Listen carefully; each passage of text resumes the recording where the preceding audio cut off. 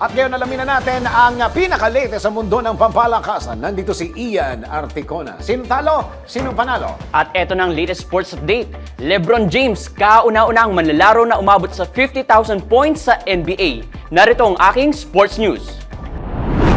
Sa mundo ng palakasan, ang latest malalaman sa DWIZ Sports News.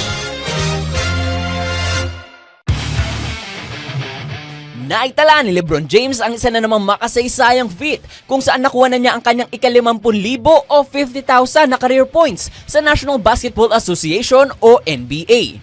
Nakamit niya ito sa kanilang panalo kontra New Orleans Pelicans sa final score na 136-115. Nagambag naman si James ng 34 points, 8 rebounds at 6 assists sa laro. Sa edad na 40 anyos, siya ang kauna-unahang manlalaro sa kasaysayan ng NBA na umabot sa naturang milestone na nagpapakita ng kanyang walang kapantay na husay at tibay sa liga. Patuloy na pinapalakas ng Lakers ang kanilang kampanya ngayong season, bit-bit ang 7 sunod na panalo at pangalawang pwesto sa Western Conference. At yan ang aking sports news. Ian Articona, nagbabalita ng tama, naglilingkod ng tama. Ang balitang ito ay hatid sa inyo ng Arena Plus. Sa Arena Plus, astig sa sports. Download Arena Plus app now in App Store. You can watch it also on arenaplus.ph. Sa Arena Plus, astig sa sports. Gaming for 21 years old and above only. Keep it fun. Game responsibly.